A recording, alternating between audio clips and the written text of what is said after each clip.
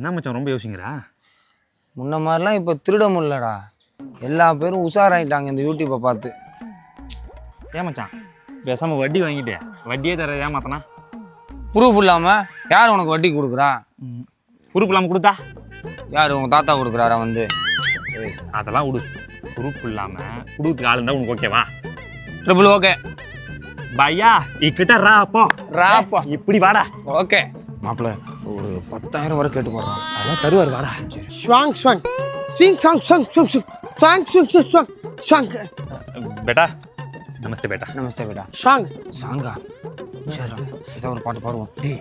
பாட்டு பண்ணால் திருப்தியாக இருக்காது, ஒரு டான்ஸை போடுவோம்.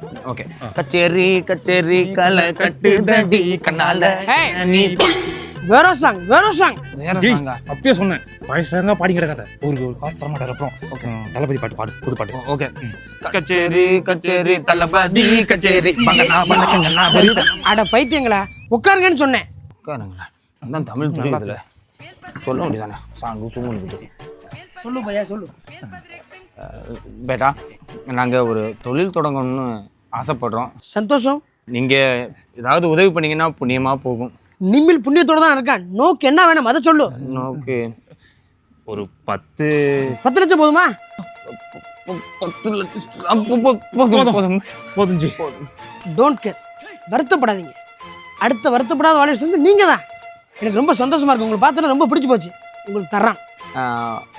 கேஷாக தரீங்களா இல்லை ஜிபே பண்ணுறீங்க? ஜிபேல பண்ணுறேன். வந்துருச்சா? வந்துருச்சு. இவ்வளோ டக்குன்னு போட்டாரு. ரொம்ப ஃபாஸ்ட்டு தான். ஆளுக்கு ஒவ்வொரு முடி தாங்க. நீங்கள் கேட்டால் நாங்கள் மொட்டையை அடித்து தரான். அவ்வளோலாம் எனக்கு வேண்டாம். ஆளுக்கு ஒரு முடிப்பு.